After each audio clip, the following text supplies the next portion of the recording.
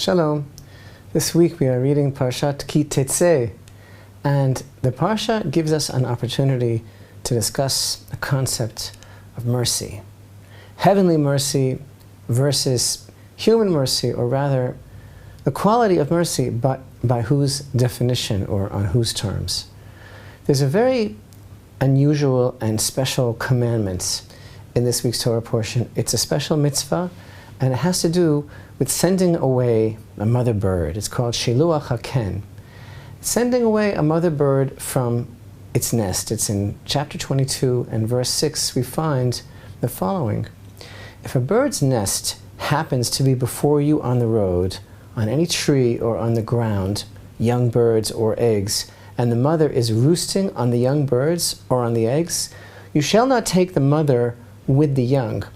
You shall surely send away the mother and take the young for yourself, so that it will be good for you and prolong your days.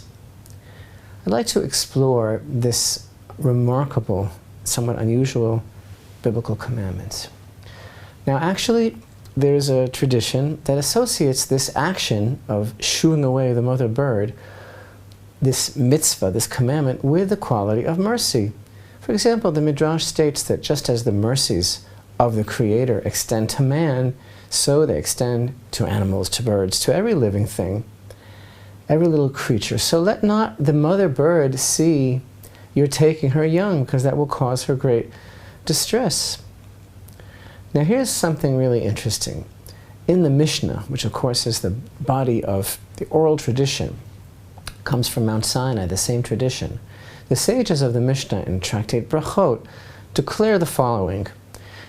If a person is leading the congregation in prayer, and he makes his prayer, he spontaneously offers in this form his words. He says to God, "May your mercies reach us upon the wing of a bird." Such a prayer should be silenced. In other words, the form of such a prayer, which of course this fellow is obviously referring and alluding to this biblical commandment found in our Torah portion of sending out the mother bird, such a language, though, such an expression of prayer is deemed improper. And one opinion expressed in the Talmud explains that the reason this person is criticized is, and I quote, because he is assigning all of the Holy One, blessed be He's attributes as the attribute of mercy.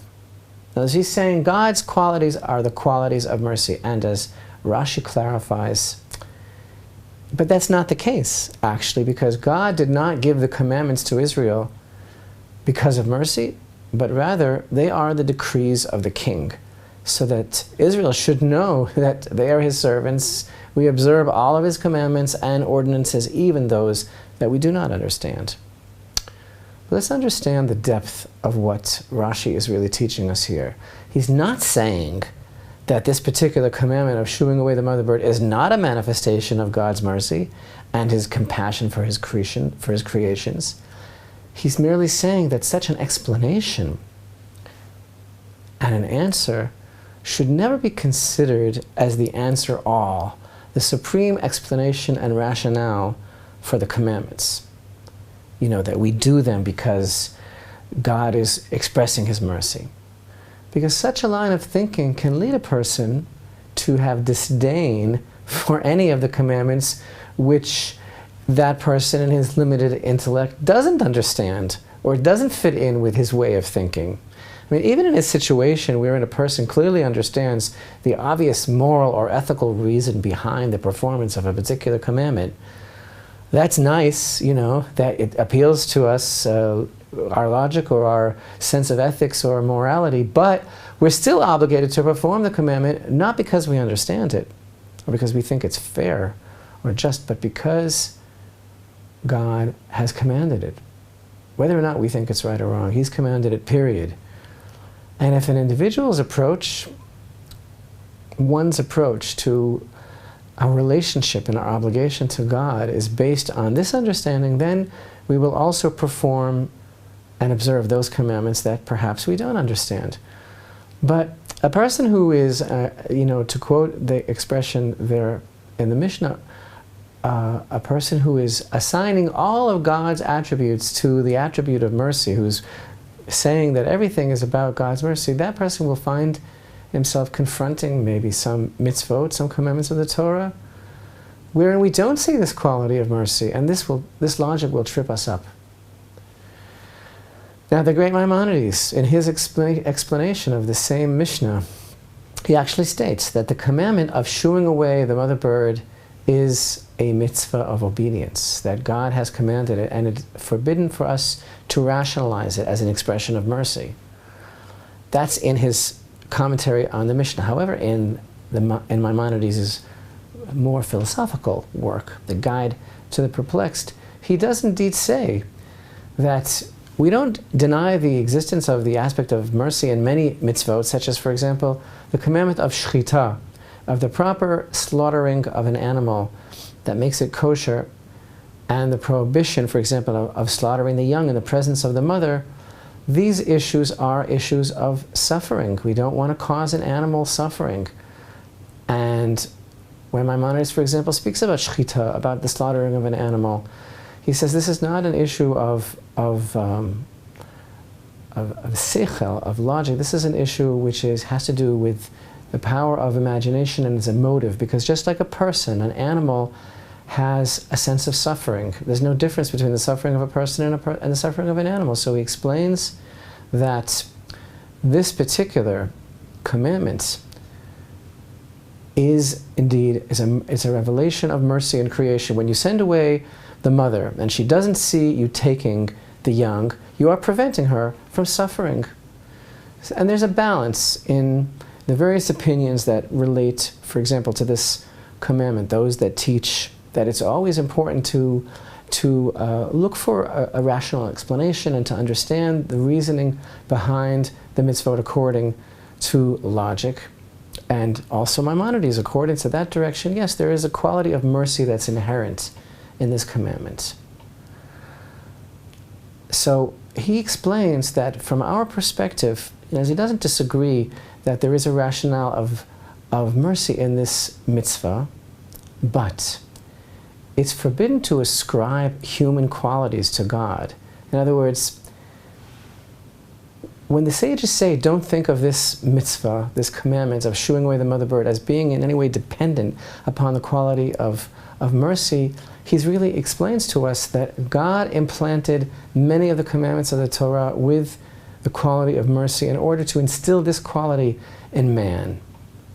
And in fact, the idea of the mother bird roosting over the baby or the eggs in the nest is an example of a special type of mercy, because if confronted by someone trying to take them, she could flee, but she will try and defend them with her life and reveal an exceptional quality of mercy. So it's forbidden to take her and take advantage of that at this time when she's going to be displaying this quality of mercy. And there are many more ideas here, like the continuation of the species and all sorts of deep issues around the topic of this verse of shooing away the mother bird, not to mention even the special connection between this commandment and the promise of the blessing of longevity, and the connection between this commandment, the fulfilling of this commandment, the shooing away of the mother bird, and the mitzvah of honoring one's parents, because the commandment of shooing away the mother bird and the commandment of honoring one's parents are actually the only two commandments about which Torah specifically states that it will grant one a lengthening of days. Now, there's also a mystical view of this topic, the Kabbalists, those that delve into the deepest secrets of the Torah. And they explain that when the mother bird is sent away, she wanders about crying, and she fills the world with her suffering. There's an element of pathos here. And somehow this arouses the divine aspect of mercy on the world, the Kabbalists explain, not only for her, but for all who are suffering. And this in turn awakens God's mercy for those young that were left in the nest who were distanced, and this is actually a metaphor for us. And in this light, we can actually understand that there's a difference of opinion between the sages, a question of Jewish law.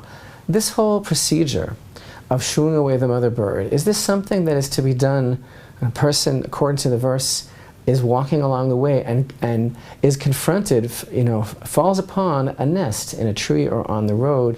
Is a person supposed to do this only if they want the eggs? Or is a person actually obligated to do this, to shoo away the mother bird, even if one doesn't want the eggs? It's a wonder, because one of the major codifiers, the Ran, he explains that clearly a person who doesn't want the eggs is exempt from doing this commandment. But that's according to those rationalists who see this commandment as a matter of mercy and the issues regarding the suffering of the animal. And therefore, in a situation where one doesn't want the young, it's forbidden to cause needless suffering to the mother, because after all, the major purpose of this mitzvah is for the sake of mercy. But those who subscribe to this deeper understanding that there's some sort of reaction on a cosmic level to this mitzvah, they maintain that one is actually obligated to do this whenever finding a nest with a mother bird and eggs or young, because the process somehow creates mercy in this world. Now, all of this is obviously some amazing topic having to do with how God relates to his creations, the created universe, how we interact with those forces in understanding this whole elusive commandment and it's one of the commandments of the Torah, which applies today, to shoo away the mother bird.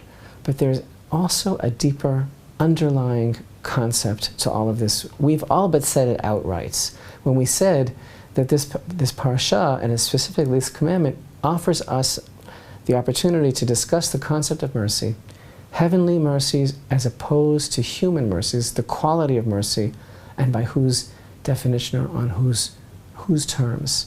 Because this whole discussion really relates to a person's conception of God himself. There are those who define God as love, and they say, God is love. And that sounds really nice, but what happens when you feel that you're getting a raw deal? Or what happens if what is happening or what is being commanded doesn't appear to be according to my understanding or my expectations, doesn't appear to be love at all? The truth is, this idea, this definition, God is love, is not an authentic Jewish concept. It's certainly not rooted in the Jewish Bible. It doesn't work. And it isn't a truth or actually even a possible definition. We all know that God is the supreme being, the cause of everything, who brought forth everything from nothing, the creator, who has no beginning and no end, and importantly, who has no form. But we just learned that the danger, and actually the prohibition, of ascribing him human characteristics, from a major Jewish perspective, if we had to say anything, we might say that God is truth. But even that is a very feeble attempt to pin God down in human terms and to ascribe him human characteristics. And while it's true that God created the world because he loves man, as David tells us in Psalms 89:3, the world is founded on love. Again, as we stated early on, if God is only love in human terms, then what happens when he commands me something that appears to be cruel according to my understanding? And that line of thinking can lead a person to have disdain for any commandments which this person in his limited intellect does not understand or doesn't fit in with his way of thinking. Bottom line is that our obligation is to God, not the other way around. Our obligation is to God because he commands and we fulfill his word. And he commands us to shoo away the mother bird. At the same time, for example, he commands us to destroy the nation of Amalek, including the women and children. Because that same God, the God of love, the God of mercy, tells us that Amalek must be completely obliterated from this world. And that commandment includes the livestock, the women, and the children of Amalek. And this is remarkable, because maybe that's why, in the conclusion of this very Torah portion, that features what may be famously the supreme example of God's mercy, of a commandment that He gives over to us, which is so totally saturated and motivated ostensibly by His mercy, which is shooing away the mother bird.